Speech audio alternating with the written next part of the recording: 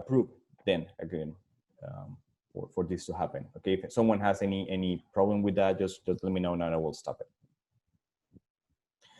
Okay, so thank you, Cliff, for that. I don't know, Pia, do you have any comments on this, the explanation about developed by Cliff? You know, for example, Cliff, you mentioned about, you know, the national level, but I think given that this is a world crisis, you know, that cross nation, you know, is across nations, you would expect that regular, you know, big institution, again, the WTO, what's the role in here? Do they have any role or not? I don't know. So those are the things that I kept in my mind. Are you directing that back to me? No, Andres? no, anyone. You know, again, you know, if Pia, if you want to answer, you just question that are in my mind. Pia? Yeah. Oh, I'm sorry.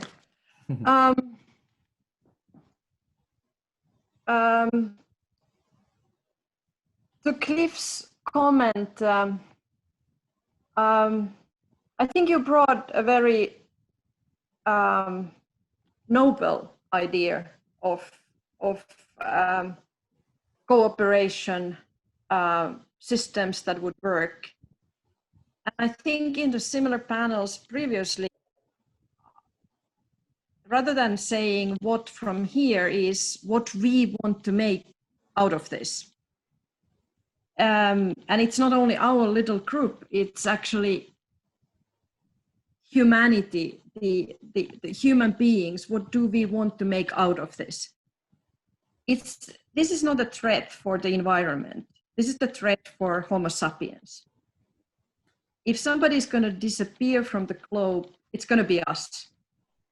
And it's not a problem because, you know, the last human being in the globe wouldn't probably know that he or she is the last human being.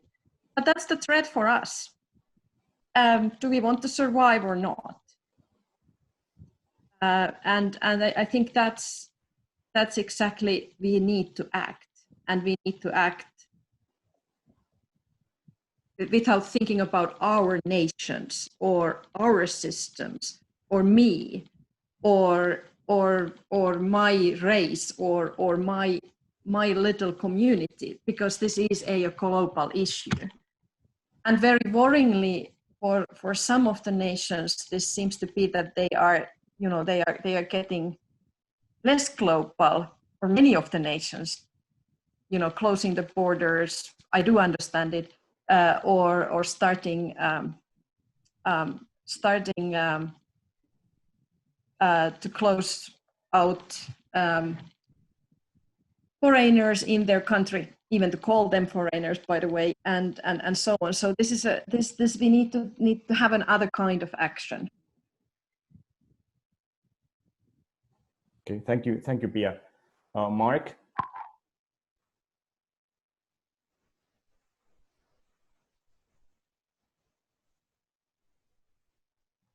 Mark, are you there?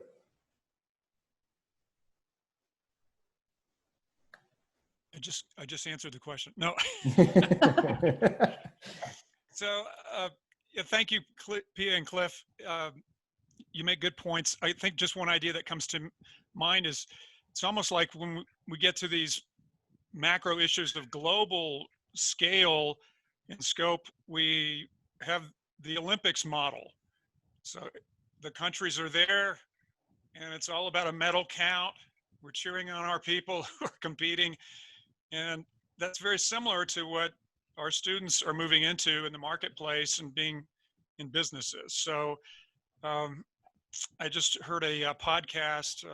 Alan Bradshaw is doing a series of podcasts from his living room. It's all came up during COVID-19, but it's about sequestering yourself and talking to other people. But they were discussing this idea of woke capitalism.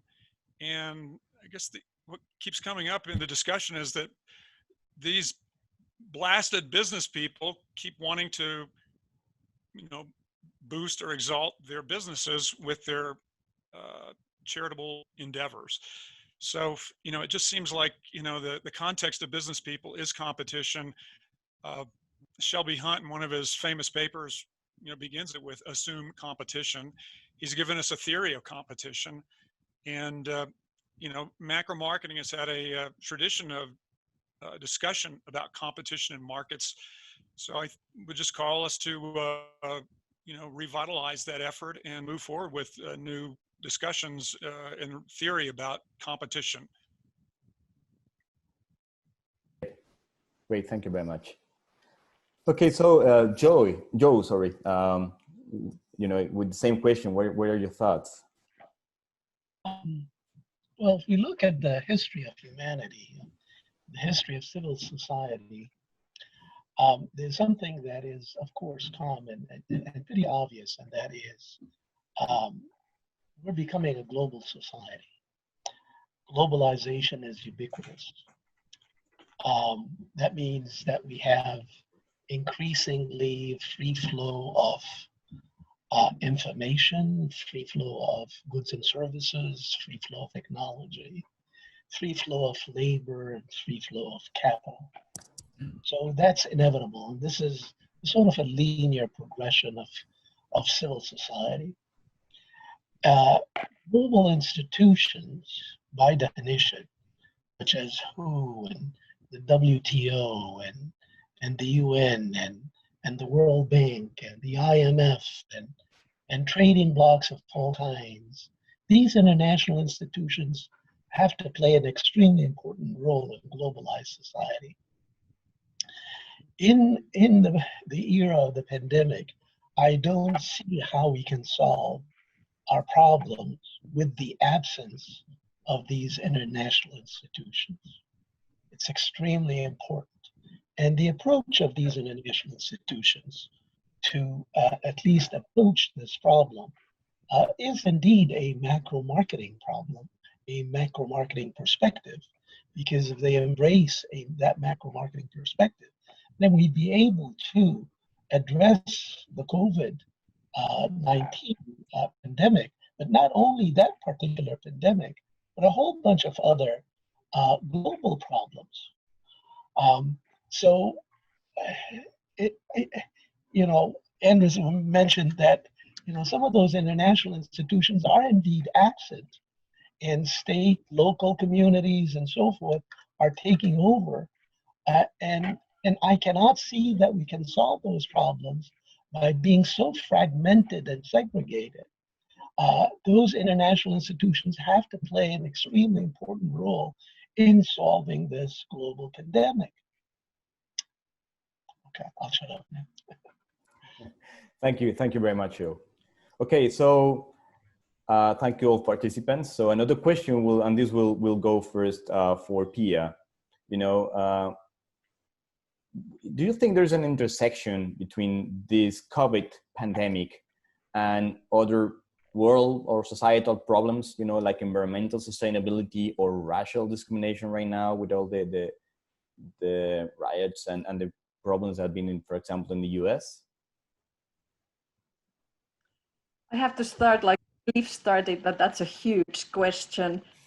To my family, when I prepared that, I got an email who said you don't have to prepare, and then comes the question, and it's a huge question. But one thing that COVID has shown us is that we can act, and we can act very much. So we can close everything, we can stop traveling, we can change our ways of education and so on when we really, really need. And we should learn from COVID that we should do the same for the environment. Now, if we go back to where we were before this epidemic, we are going to go back to destroying our own habitat, and then we have no way back. So we can act, and we should act, and we should probably try to learn from this acting more how to preserve our environment.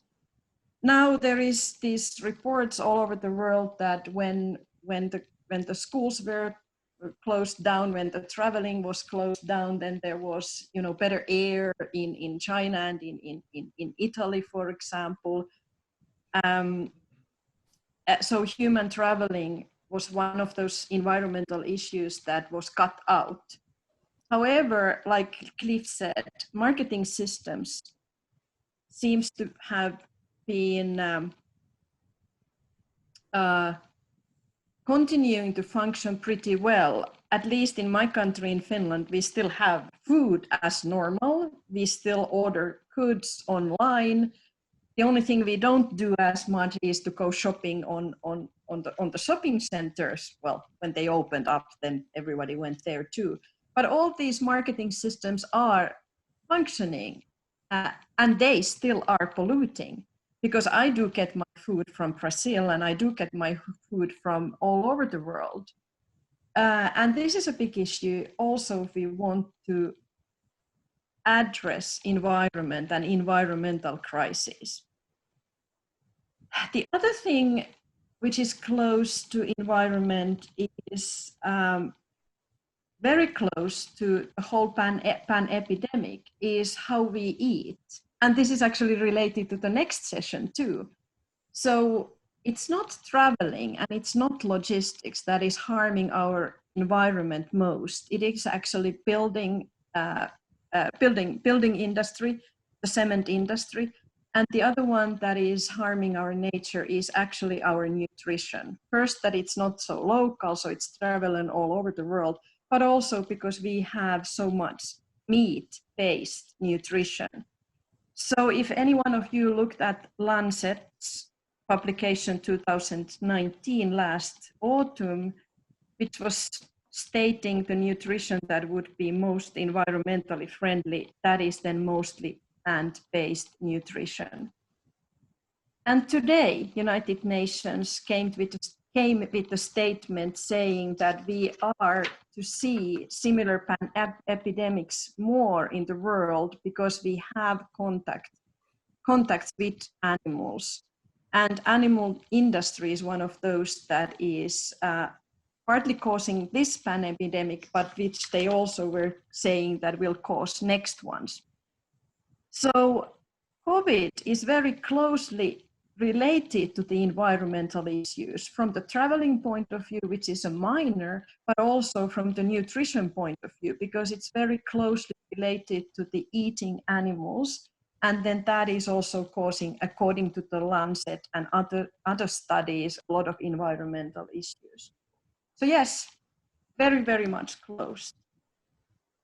The other part of the question was this racism that you said, and I would like to make it even more broad, saying that COVID is not equal. 80% of the cases at one point of time in Singapore were among the migrant workers. And in an equal country like Finland, we have more cases in our capital around those areas where the average income is lower. What is the reason for this? First, probably that a smaller apartment, so you get infected more, but also that this luxury we have in this profession we have, that we can work distance. Many of the people need to have their living by not being able to work distance. So this pandemic is heartbreakingly not equal. I can sit here in my house and you can sit in your separate apartments and we can have a conference, but this is not possible for a migrant worker who is sharing her or his room with other people, but also not being able to get the salary without going physically to the place to get the salary. Not equal at all. And I would say that if we want to be more global and more inclusive, this is not a question of a race. This is a question of inequality from many other levels. And therefore, I think next speaker who is addressing well-being, those who are vulnerable and cannot do distance and have to live in small apartments, we who are more fortunate need to look after their well-being so that we can support with our wealth their well-being. Thank you very much, Pia. We'll continue with Mark. Mark, do you have any comment in addition to Pia's words? Yes. For a number of years, I've been aware of what a treasure we have in macro-marketing scholarship. It seemed that over the last 40 years in our journal, smart people have addressed issues that keep coming up as being relevant to us. This time is no exception. I did a Google Scholar search on pandemic in the Journal of Macro Marketing, and 9 articles came up. One of them I want to highlight here it came out in 2009. It's by Zoe Chance and Rohit Deshpande. Zoe's Yale School of Management, and Rohit is at the Harvard Business School. But they're talking about the HIV pandemic. And so the subtitle is Social Marketing Strategies for Treating HIV in Developing Nations. So it wasn't too long ago, before the retroviral drugs really became known to be effective, that there was a global pandemic for HIV, and so, or it was much worse than it is now. So we've had macro marketing scholars address that issue. Also in 2019, just last year, Dawn Yakabuchi, who's at Vanderbilt University, she had a well-developed commentary was entitled "A Challenge Within Macro Marketing: Global Disasters." So this came out just in 2019. I hope you can see that. But what Dawn was, she didn't know about COVID-19, but she was writing really about global disasters, preparedness, and I guess that's where maybe we can move away from the competition model of the Olympics amongst nations to one of more collaboration and coordination.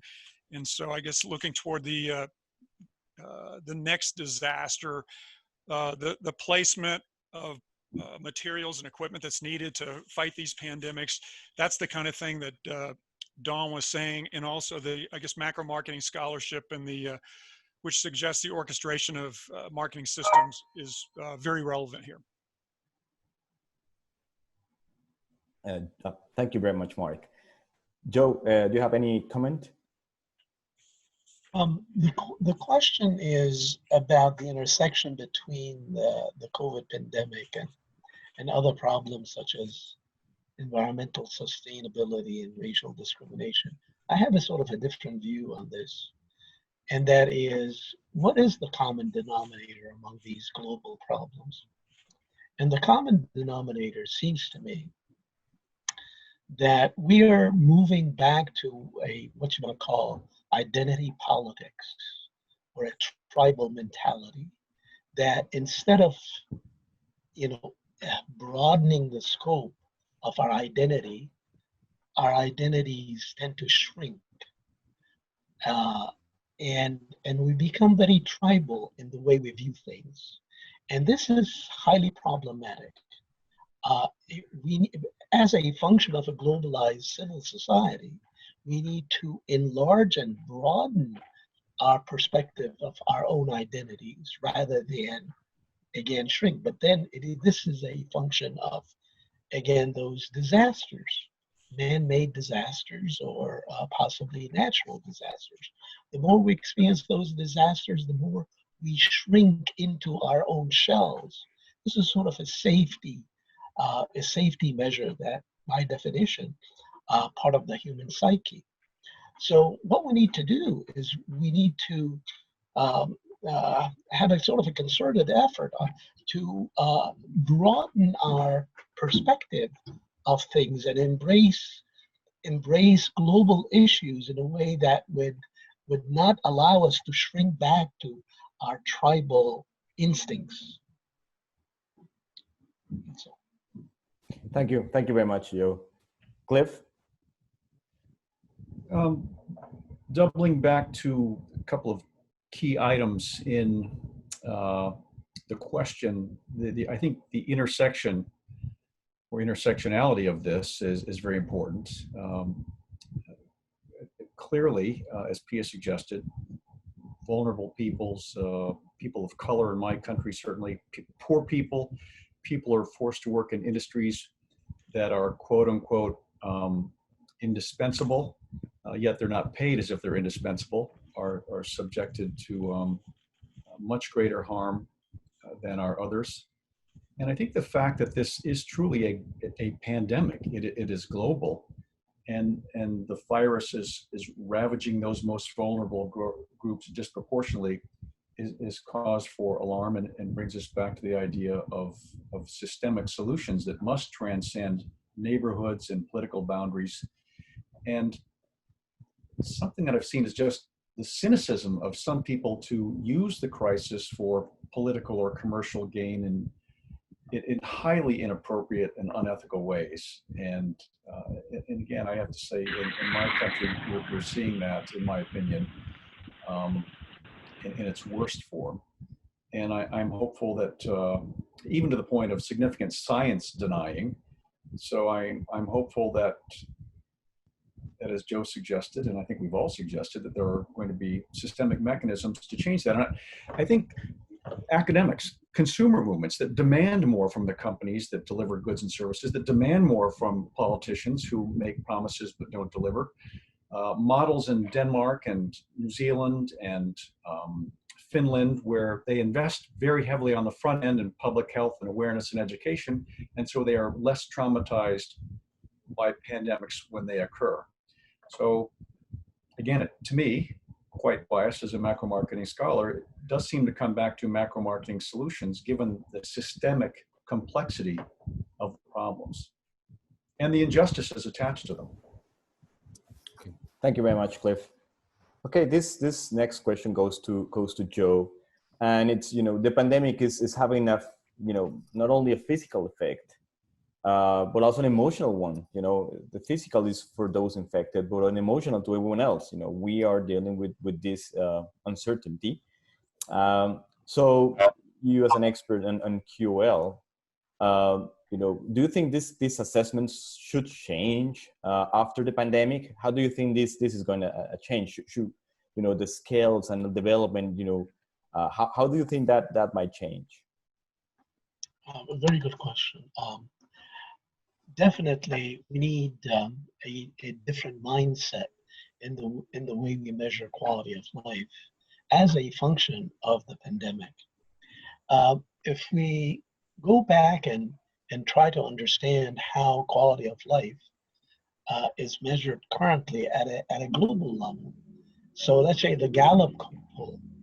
Okay, there's the Gallup survey that we have, in essence, in place, that captures quality of life in subjective terms in most of the countries of the world, the Gallup poll. And the question in that survey is, well, how do you feel? How satisfied are you with your life at large? That seems to be the question. Well, this is good, of course. And if you're talking about measuring the impact of the pandemic on quality of life, you can look at before and after measures.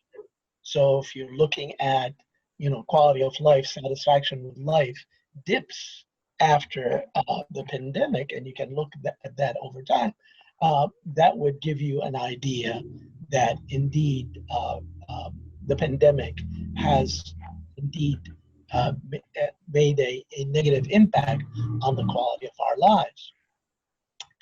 But I don't see that as very helpful. And the reason being is because, okay, well, you can measure that, but what we need to have a lot more sensitive measures in our surveys that would allow us to capture the institutional mechanisms that would allow us to create policies and programs that would make an impact, a positive impact on the quality of life of people around the planet. How do we do that? Well, in order to do this, we need to break down this concept of life satisfaction into what we call domain satisfaction And a domain satisfaction in the quality of life research literature is very popular. And that is, you try and capture satisfaction at the domain level, not only at the very aggregate life satisfaction level, that would be essentially the most abstract level, but again, further down at the domain. How satisfied are you with your work life? How satisfied are you with your family life? How satisfied are you with your social life? On and on. These are the different domains. And if you do that, then again, you probably get a better measure of the impact of the pandemic on those life domains that ultimately affect the life satisfaction judgment at large. But further still, you can break down the domain satisfaction into specific life events at the ground level, at the community level. So if you try and ask people in a survey about how satisfied they are, not in terms only their domains, but what's happening at their own communities, community conditions, and government services, as well as business services and nonprofit services of all kinds, then we would have the kind of data that would allow us as as scientists to deliver to the policymakers, you know, the types of recommendations that will create positive social change. So that's one way of approaching this business of measuring quality of life, to make it much more sensitive to things like pandemics. But there's another thing that, again, is surging in the research of the quality of life studies, and that is this concept of eudaimonia. Eudaimonia is an emerging concept that says it's not good enough to try and measure satisfaction, life satisfaction, because life satisfaction focuses on the hedonic aspects of well-being. What we need to do at a philosophical level is elevate it to a higher level to focus on self-development, self-growth, self-actualization. And sometimes it's not all about satisfaction. It is about making the sacrifices that would allow us to grow within. So this is the concept. So again, to measure quality of life, one needs to, again, focus on aspects beyond satisfaction, such as eudaimonia. Not only eudaimonia, but other kinds of research has shown that you need to also focus on social well-being, what I call socio-eudaimonia, which is at the global level, at the very macro level. We need to try and not only understand people at the individual or how they feel, but how they feel in terms of their own contribution to society, in the way they integrate society, in the way in the way that they contribute to the actualization of societies at large. And again, from a policy perspective, this is extremely important because we can take that kind of data and provide the kind of recommendations to policymakers as well as business leaders to institute the kinds of programs, products, technologies, what have you, that would create a positive impact on the quality of our lives. Thank you very much, Joe. Mark, do you have any comments on that, or the questions about, you know, how do you think quality of life measurement would change, or even the results might be changing? My only thought is that I have heard some differing responses from colleagues. Some say that they're really enjoying the COVID quarantining because they're with their kids and they're finding new things to do with them. And although that was 2 months ago, I haven't heard after being with the family for 5 months. But so I would say it's probably heterogeneous. And we've heard before from Pia about how the impacts of COVID seem to be most heavy on the the disadvantaged. I think we need to keep those things in mind. So probably more measurement more frequently. Okay, thank you very much. Cliff. I think the measurement issue is very important, and I'm reminded of a chapter that Joe, Don, and I wrote a few years ago. And we gave this example of what is life quality. And it's not monolithic. And the example that we gave was Riyadh versus Rotterdam. And the people in Rotterdam would say, all these things constitute life quality for us, these activities. And those would be anathema to many people in Riyadh. And conversely, the people in Riyadh had several things they could describe as being integral to high quality of life. And people in Rotterdam would have found that to be anathema. So I think for these global problems, some commonality and some more degrees of freedom for tolerance are going to be very important. And that's where we come up against important roadblocks about political models, some more authoritarian and more democratic, religious models that merely having a conversation about some things is taboo and therefore we can move no further. So I like to call these, perhaps you have to live in New York to know this metaphor, or have lived in New York for this metaphor, but the third rail, you can't touch it or you're going to get electrocuted. So that might not be a good metaphor or analogy for others, but they're just, you can't really talk about them because they're so incendiary and contentious, yet we do have to find ways to talk about them if we're going to make real inroads about shared understanding, shared sacrifice, to paraphrase Joe, about achieving the objectives that we want to achieve, that we must achieve. And Joe, I think you're going to find a place eventually at a Jesuit university, because we talk about these things all the time about it's not just being satisfied for myself, but the rewards from service and giving others and giving to the community and or the domain. Thank you, Cliff. And then Pierre. Thank you.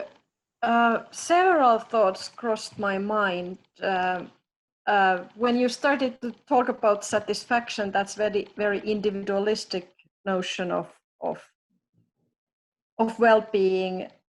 But then you came up that we should, yes, measure it differently, how you contribute to the society. And so I want to share with you an anecdote that I read from a local Finnish newspaper, where a refugee was saying that the welfare system that we have in Finland, where everyone who enters the country can get a unemployment benefit.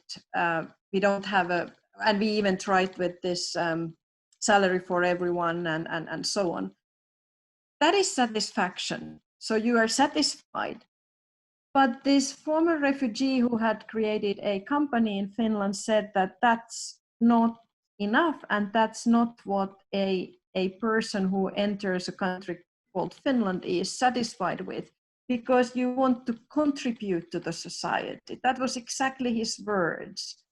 So in order to solve the global problems that are not only tribal problems, we should have a power or agency to contribute to small scale systems, or then those who have capacity to the larger scale systems. And the final notion is, which we have not touched upon, but the unit of analysis very often seems to be in the chat discussion and in our discussion, nation or country. And if you look at the history of nation states, that's a very, very, very quite a novel notion. So why would the unit of analysis be a nation or a competition between nations or a cooperation between nations? Maybe we are already now ready for a larger society, a global society, and that we all contribute to that one, and that becomes our satisfaction or our quality of life or our well-being. Thank you very much, Pia. Just so you know, in the chat group, there's a really interesting discussion and ideas for collaboration. So for those who, can multitask, I'm not, I can't. So there's a really good discussion on that. Okay, so finally, on this section, I have a question to Mark. Right now, governments are struggling with the decision about when and how to resume economic activities. Some have done it, some haven't. But how do you think this concept of sustainable enterprise will work in this situation? Well, I think that it puts in highlight the role of the state in markets. And here in the US and in most countries, I guess, represented here on the phone call, we have mixed economies. So we have the government involved in different ways, some more than others. Whenever I've taught marketing principles, whenever we get to the chapter on marketing ethics, usually there's some indoctrinated by some economics professors in a previous class. And their point to me is that the markets decide everything. And so that they say it with in very black and white terms. So I have to respond with some Jesuit judo, I guess Cliff and others would say that, to try to show that markets do have limits. And I think in bad times we see the limits of markets. For example, the macro dimension, or at least the role of the federal government in the United States, because my wife is currently in a clinical trial fighting cancer. She's doing well. She just texted me during the phone call here. But anyway, we had to fly to Cleveland, Ohio 3 times in the month of May. So the airports were almost empty. So there was good to that. We were able to move around. It was bad to that, and that we couldn't find food. There was also, but the federal government clearly was supporting those airlines to keep these lines of transportation open for desperate people like my wife and myself. We need to be in another city to receive immediate treatment. So I saw that firsthand. Some of these planes were being flown actually empty. They were smaller planes, and the flights weren't canceled. But so somebody was paying for that, and I think that's support from the government. The heterogeneity of all this comes into play when we start looking across different industries. Industries that have been affected badly by COVID-19, the travel industry, the leisure industry, hospitality, lodging, family dining, they've all almost been taken down to zero. But yet at the same time, there are other industries such as online shopping that have had extraordinary success. Also B2B businesses such as Shopify, which is based in Canada. They've had extraordinarily good numbers and ability to serve people, to help businesses basically convert over to online transactions. So there's an interesting story here. I guess in terms of keeping businesses going, the federal government here has intervened in a very pronounced way with cash infusions for businesses that don't fire employees, and it has been significant. So I think this will make it easier for us in the classroom to make the point that even though things might be back to what we used to know as economic activity of a few years ago, that there is a presence here, and decisions have been made by society and society's leaders to basically have a backstop for us and mechanisms to support businesses when we move into bad times. Thank you, Mark. Cliff, any comments? So, yes, so I appreciate that Mark's nemesis, or he takes exception to the econ students in his class. I have occasional issues, good-natured issues with my finance students and the accounting students. And relatedly, I know we have some practitioners here, so I want to say to them what I say to those finance students and the accounting students is that Look, I don't even care if you buy into the social obligation at this juncture.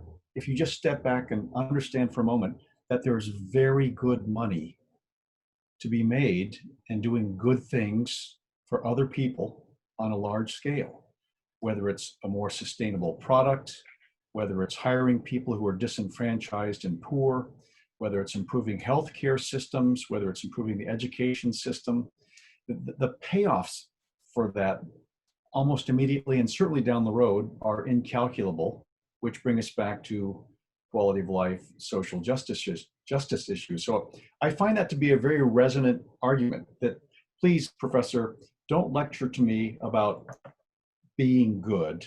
Tell me how to make money. And I'll say, well, I'm glad you're interested in that, because again, there is a lot of good money to be made by doing the right thing in a lot of different sectors for a lot of different people around the world.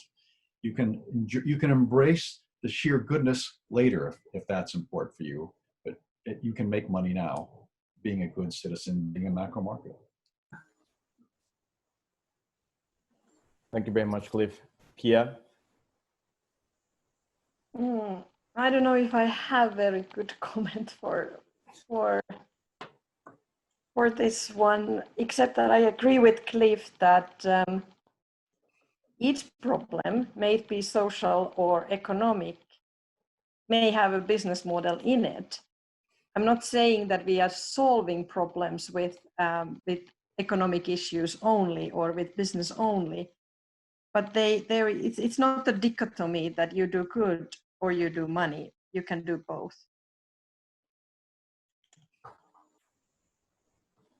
Thank you very much, Pia. Joe?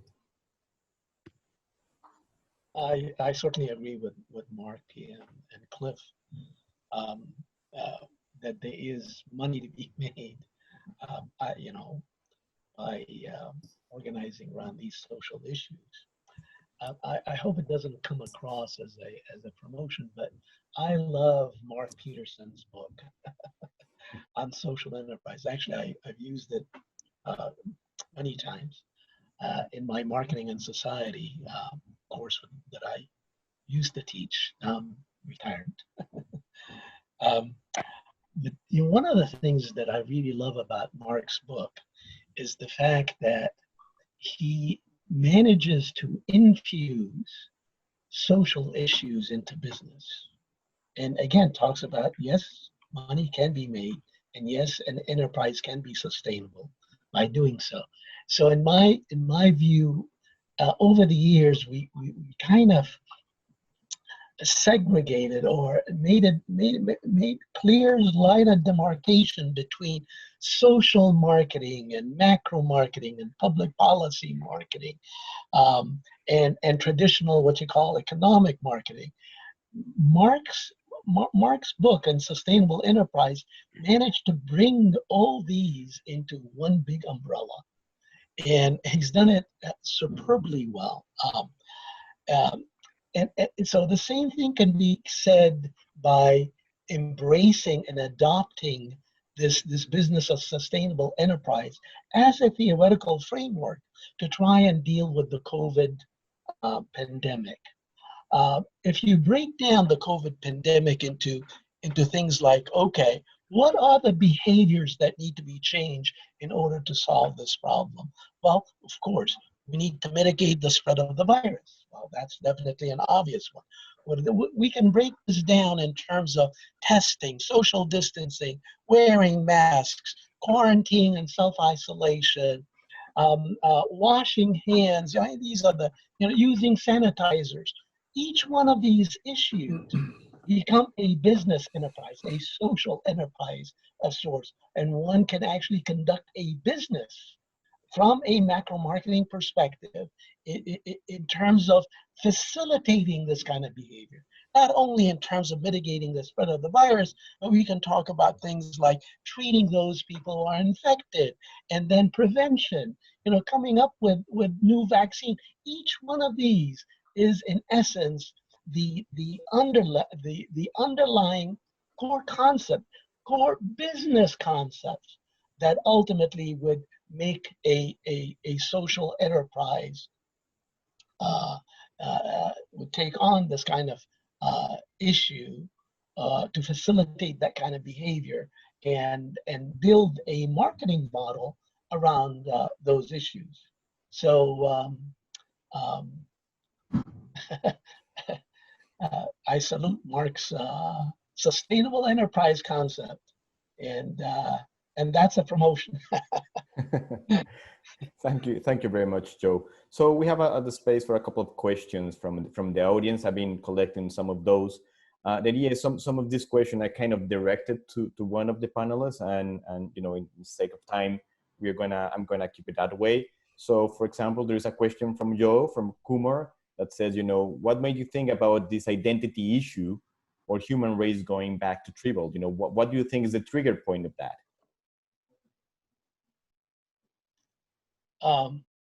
So when it comes to identity, if you look at it from an evolutionary perspective, an evolutionary psychological perspective,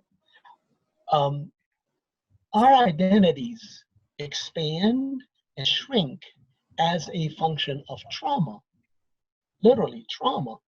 We experience trauma. Once we experience trauma, we shrink. Our identities shrink. It becomes, you know, we erect those barriers as a way to cope with trauma. When we feel a little bit more safe, we feel prosperous, we feel generous, our identities expand.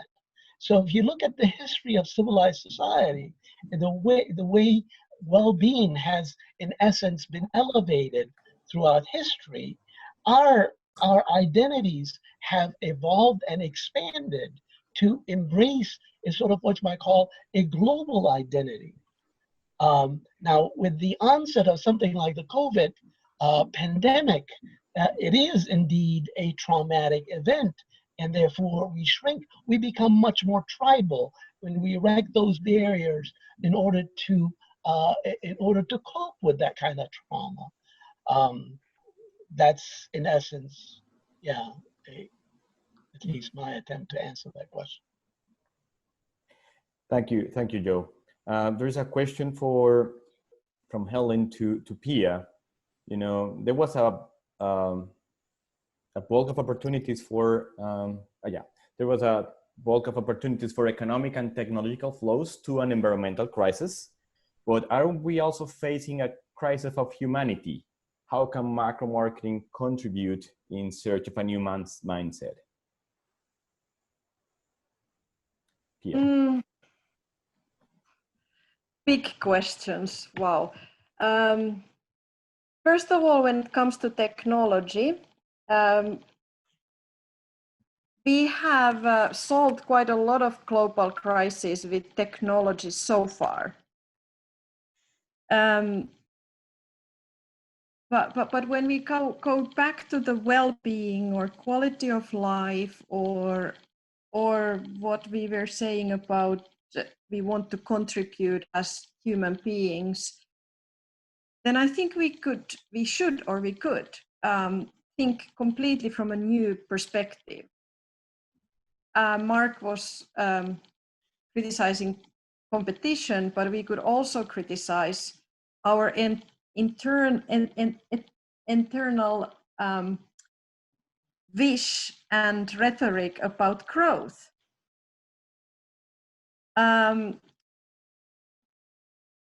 Those who reacted differently to pan-epidemic, those countries like Sweden, they were always saying that this is because they want to save economy and they want to keep the growth. And I think that's one of the things that we should be looking at very, very critically.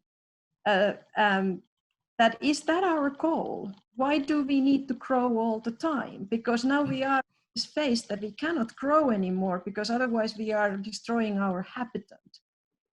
Then your question about this, is this a crisis of humanity?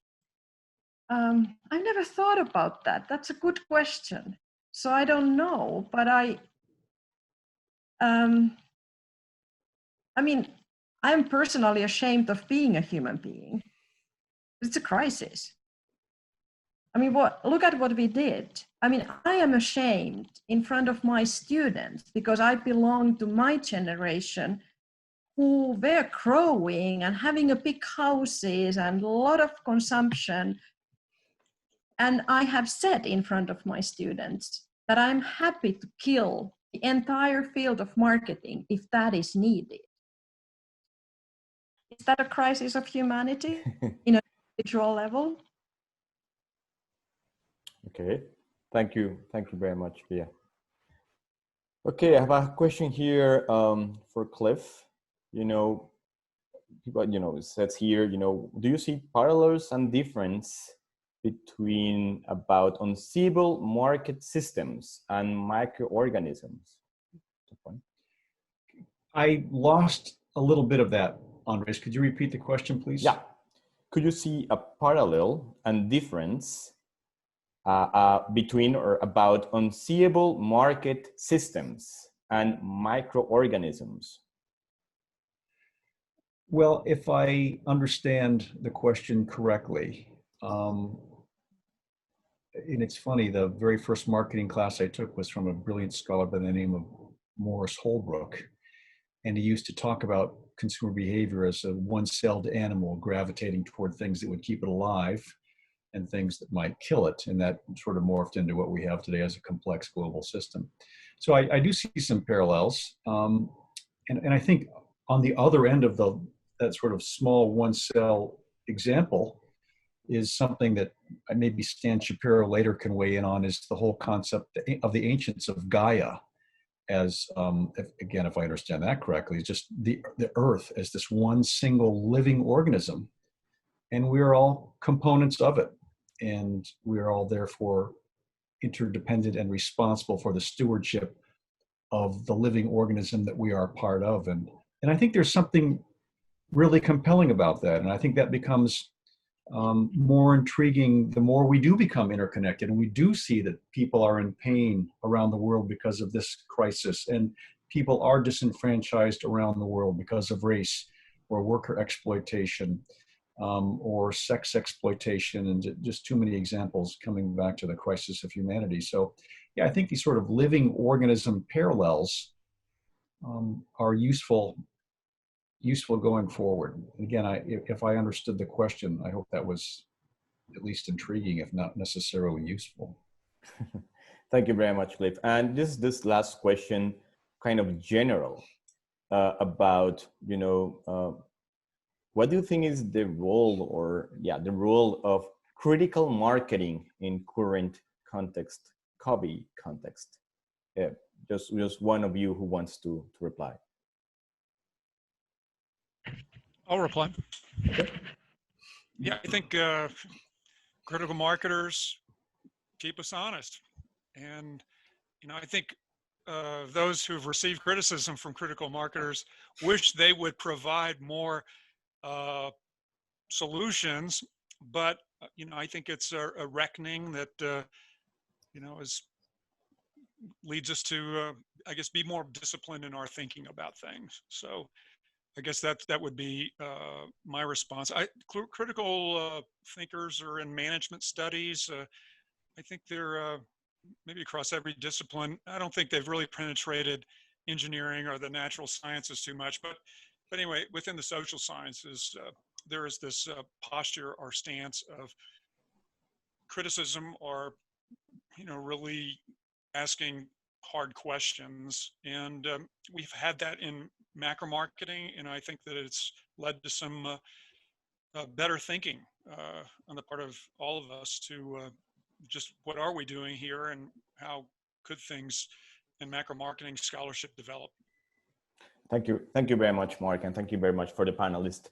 Okay, we have about 10 minutes more, and we want to move to the kind of second topic, which is kind of a scholarship, and you have been, we are in a society, in the macro marketing society, and how do you think scholarship, as we know it, will change?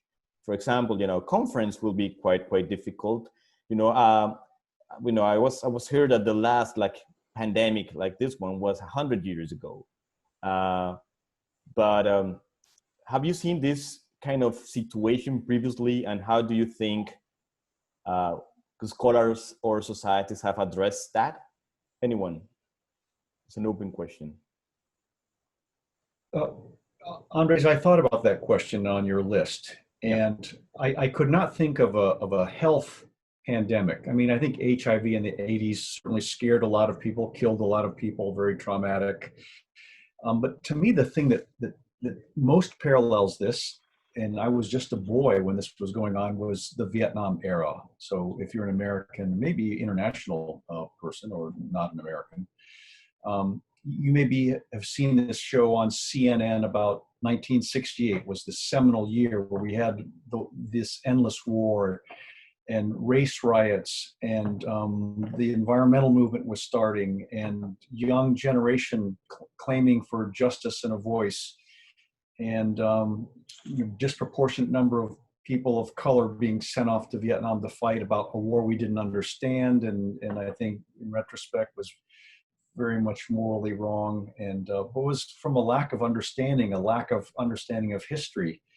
And it was a very incendiary period, very frightening period, I remember as a boy. So for me, from my Americentric perspective, that would be a parallel. These multiple crises across institutions that require a reckoning of some point going forward.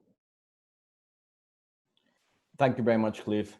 Another related topic is about publishing. We do research. And you have been, some of you have been editors or are the editors or reviewers of paper reviewers.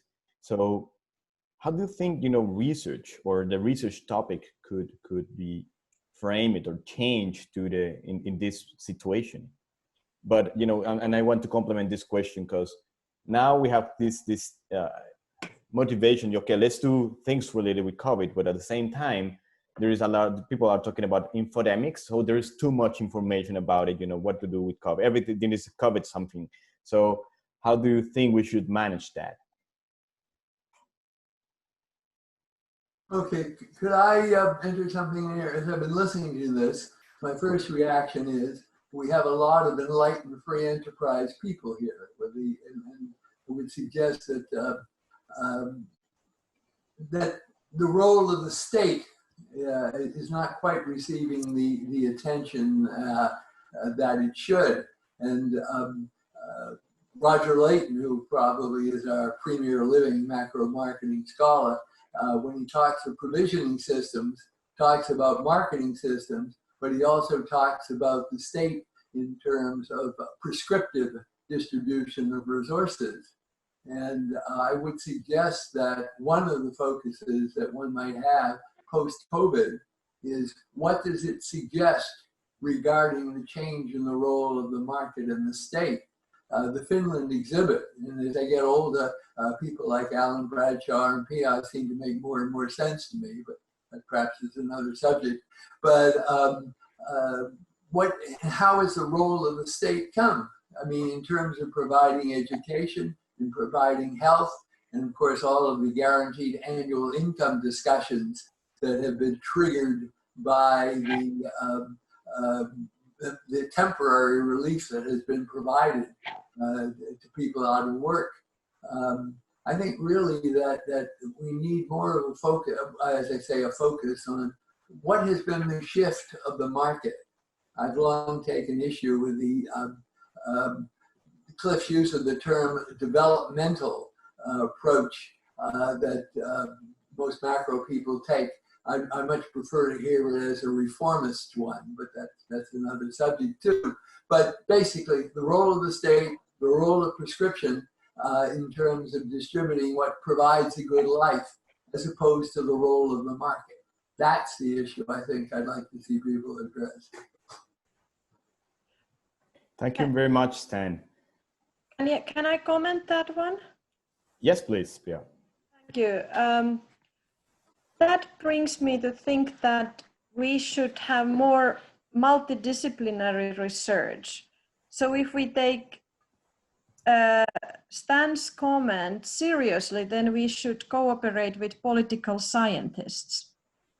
And if we take my comments to the first question seriously, then we should cooperate with people in medicine, people in environmental sciences, scientists, not social scientists, but scientists, because we cannot solve these issues only with social science. We have to go to biology and we have to go to science to solve them.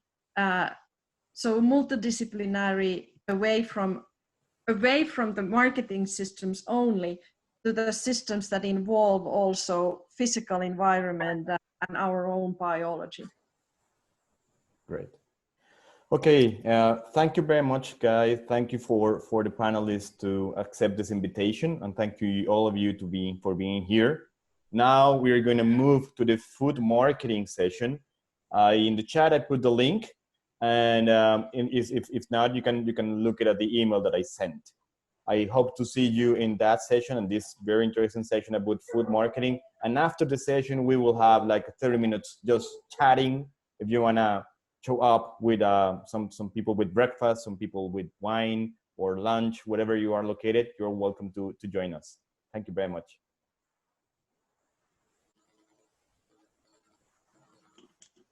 Okay, bye. Thank you, Andres. Very well done. You were masterful in your role. Thank you. See you in the next session.